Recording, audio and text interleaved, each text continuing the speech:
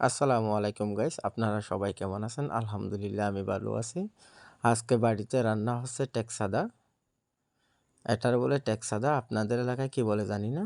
আমাদের এলাকায় এটাকে টেকসাদা বলে। কাঁচা টমেটো দিয়ে, শিম দিয়ে এটা দিয়ে রান্না হবে আজকে। আপনারা দেখেন। অবশ্যই ভিডিওটা ভালো লাগলে শেয়ার করবেন, কমেন্ট করে জানাবেন কেমন হয়েছে।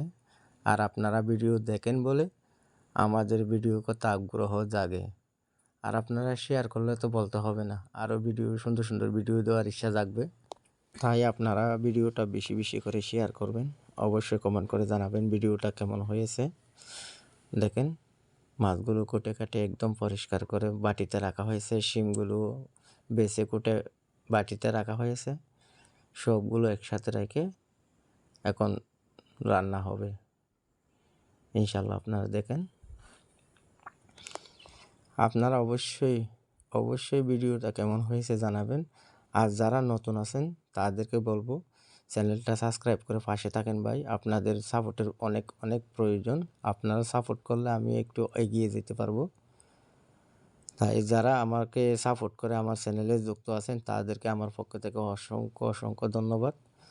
আপনারা অবশ্যই আমার ভিডিওটা ফুল দেখে তারপরে কমেন্ট করবেন। ইনশাল্লাহ আপনাদেরকে আরও নতুন নতুন ভিডিও দেওয়ার চেষ্টা করব।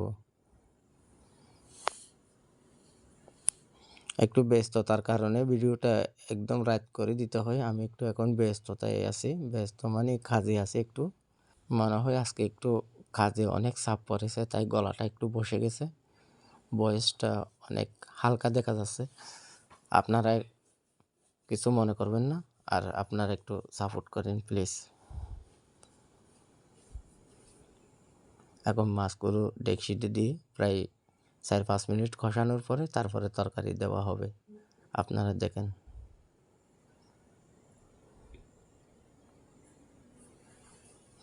এটাকে বলে আমাদের এলাকায় মানে টেকসাদা বলে। আপনাদের এলাকায় কি বলে অবশ্যই একটু বলবেন।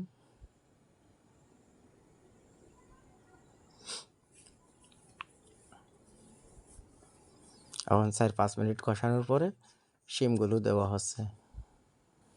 শিমগুলো দেওয়ার পরে তারপর টমেটো দেওয়া হয়েছে।